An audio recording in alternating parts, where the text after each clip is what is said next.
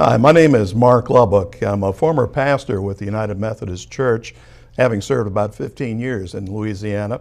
And I'm very, very grateful for the privilege that Pastor Isaac Hammond has offered me here today to share a little bit about what we do and why I'm so passionate about this opportunity. I stepped out of the pulpit to focus particularly on men's ministry. Today I serve in the state of Louisiana as the president of the United Methodist Men's Organization, and I also serve nationally and internationally with one of 8 Methodist general agencies, the General Commission on United Methodist Men. I serve as deployed staff with them. And my passion for reaching men for Christ stems from my own personal journey where I was lost and wandering, and as I discovered how Jesus could fill every need that I had, it became a passion of mine to share that with other people. I learned, though, that the church sometimes struggles in executing this mission, and so we came together to help support the mission of the church by gathering men who would serve to reach other men and make them disciples of Christ. Some folks have asked me, why is it important to have a men's ministry? And I think that stems from a misunderstanding of what men's ministry represents. To some, it's more of a social organization or maybe a work group, when in fact men's ministry is simply connecting men to Jesus Christ. It's a discipleship outreach. The need in the world is abundantly evident. When we look around at the Me Too movement, we see the way that men are portrayed as buffoons or as abusive people. We see that what's happening in society is a reflection of really what's happening in the pulpit. Now, I can say that based on statistics that have been generated from Gallup polls, George Barna organization, and others, where they've identified the characteristics of today's church. In the past 4 years, Louisiana has had one of the top 5 cities in the nation for being the most biblical city. We've ranked in the top 3 for having a city where there's most regular, frequent church attendance. You would think from those 2 statistics alone that we would be representing the best of the church. It goes further than that. We actually have more churches per capita and one of the largest self-professed Christian populations in the United States. You may be surprised to know that there are 3 cities in Louisiana where up to 98% of the population interviewed identify as Christian. Now, we know those statistics can be skewed a bit, but still, it's a large number. If you look at the outcome of the church then, if we have a lot of churches, a lot of people attending church, men in particular, society in our part of the world should reflect the influence of the church. But we also have the AIDS capital of the United States in Baton Rouge, off and on. We have off and on the murder capital of the United States here in Louisiana. For decades, we've had the highest rate of incarceration per capita of any state in the Union. So clearly there is an outcome that doesn't reflect Jesus Christ. When we look at the church, though, the church wants desperately to make disciples of everybody. The missing population is also the percentage of the population that has the greatest influence, for better or for worse. Secular studies show very clearly the influence that men have on society. When men are absent from the home or there with a very strong negative influence, the children have a huge, huge deficit placed in their life.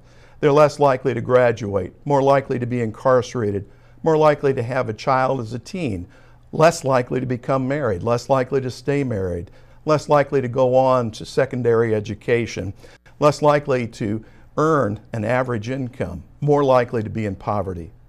However, statistics also show that if there's just a man present in the household, not even affectionate, but just present, those statistics dramatically reverse. And if the man present in the household portrays godly values, loving the family, there is a phenomenal increase in the improvement of the outcome. Children are much less likely to drop out of school, less likely to have a sexually transmitted disease, less likely to suffer all the indignities of divorce and having a child out of wedlock and having a single parent home, more likely to go on to secondary education, more likely to marry and stay married, more likely to earn an above average income. All of the quality of life indices improve when the men are involved in the life of the child. Our ministry then is to connect men to Jesus, but also to resolve some of the ills of the community. When we had the tragic killings in Baton Rouge, the community came together, including the church leaders, to discern what can we do, what can we offer to improve and to reconcile this circumstance. And one of the strongest things we've done is members of the church have come together to cross denominational and racial lines. And we've created something called the Unity Breakfast. The CEO of Kingdom Group, Pastor Elmo Winters, and myself got together to create a unity breakfast that would be moved from church to church, representing different ethnic makeups, different racial backgrounds, different economic backgrounds, and different denominational backgrounds. We've been doing this for over a year now, bringing the leaders of the church together for a Saturday where we have honest and candid conversations about how we feel, how we see one another. And through this process, we're building relationships. We're becoming brothers unified by Jesus Christ. The Unity Breakfast gives us an opportunity to have candid and frank talks about the problems and the ills of society and to work on rectifying and remedying these same ills. It's interesting that when you look through the course of society, men can be a very dramatic positive influence or a negative and an obstacle for growth. We're finding that as we come together through the Unity Breakfast and other efforts and outreach, that we have a lot in common. Our challenges are very much the same.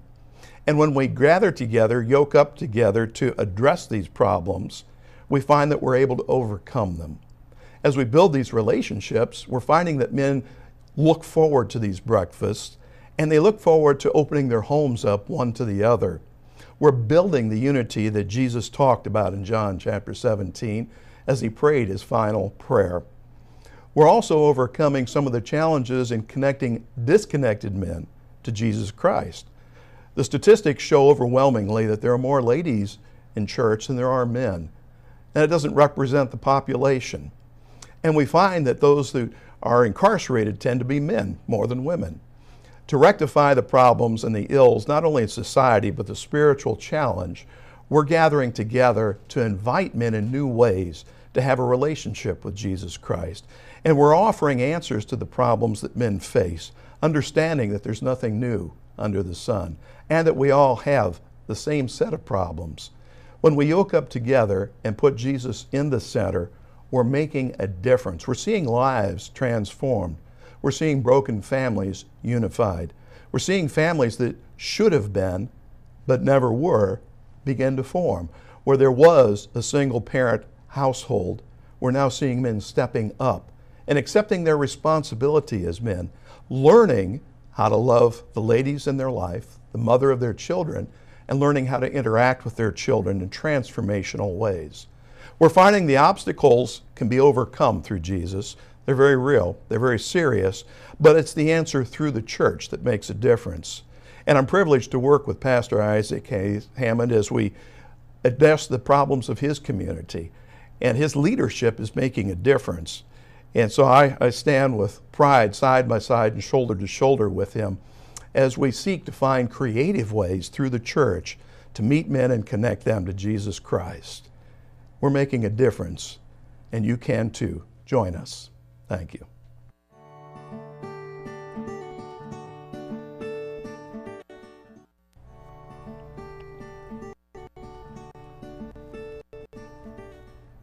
Oh, what a great organization that's truly making a difference in society today. If you know somebody that may need that program, just give us a call at Neely, and you can also look at up the numbers of Mark Lubbock and find out about